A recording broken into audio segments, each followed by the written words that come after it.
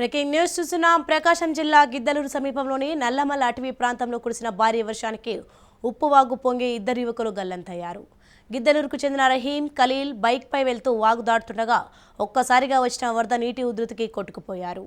అయితే ఇద్దరు యువకులు వరద నీటిలో కొట్టుకుపోతున్న క్రమంలో పక్కనే ఉన్న చెట్లను పట్టుకొని తమను రక్షించండి అంటూ కేకలు వేశారు. అది గమనించిన స్థానికులు పోలీసులకు సమాచారం అందించారు. ఘటనా స్థలానికి చేరుకున్న పోలీసులు, ఫైర్ సిబ్బంది రోప్ సహాయంతో ఇద్దరిని రక్షించారు.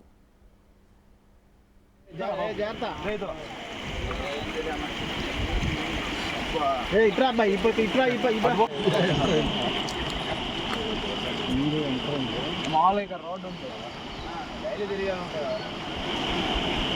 కొమ్మ చెట్టు కొమ్మ దొరికింది.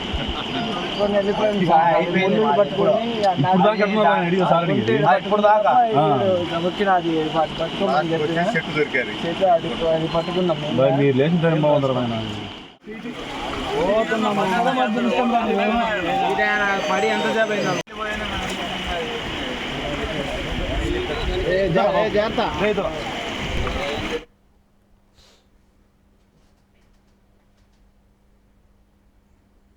ప్రకాశం జిల్లా గిద్దలూరు సమీపంలోని నల్లమల్ల అటవీ ప్రాంతంలో కురిసిన భారీ వర్షానికి ఉప్పువాగు పొంగి ఇద్దరు యువకులు గల్లంతయ్యారు. గిద్దలూరుకు చెందిన రహీం, ఖలీల్ బైక్పై వెళ్తూ వాగు దాటుతుండగా ఒక్కసారిగా వచ్చిన వరద నీటి ఉధృతికి కొట్టుకుపోయారు. అయితే ఆ ఇద్దరు యువకులు వరద నీటిలో కొట్టుకుపోతున్న క్రమంలో పక్కనే ఉన్న చెట్లను పట్టుకొని తమను రక్షించండి అంటూ కేకలు వేశారు. అది గమనించిన స్థానికులు పోలీసులకు సమాచారం అందించారు. ఘటనా స్థలానికి చేరుకున్న పోలీసులు, ఫైర్ సిబ్బంది రోప్ సహాయంతో ఇద్దరిని రక్షించారు.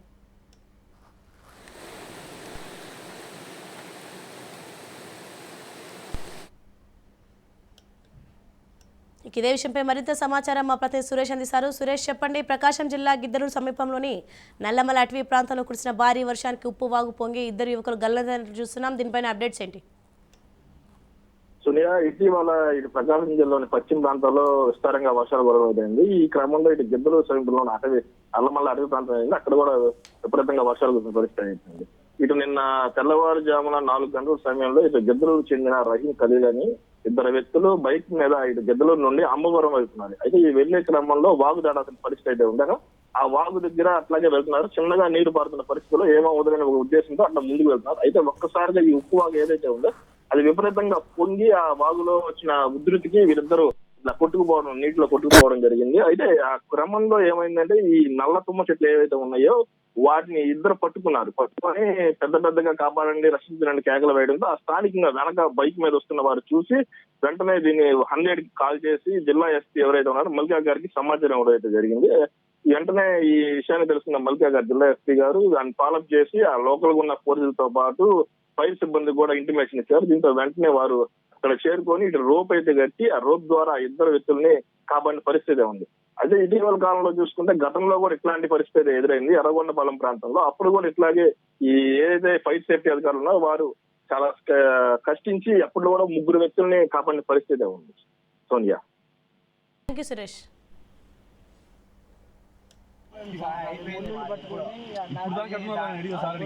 ఇప్పుడు దాకా వచ్చిన అది చెట్టు దొరికారు. చెట్టు అది పట్టుకున్నాం. మీరు లేచిన టైం బాగుందరమైన పడి ఎంతసేపు అయిందా?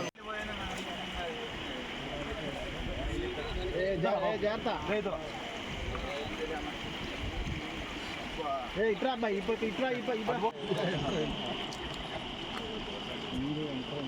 మామూలుగా రోడ్డు ఉంటుంది కదా, డైలీ తిరిగా ఉంటాయి కదా. కొమ్మ చెట్టు కొమ్మ దొరికింది.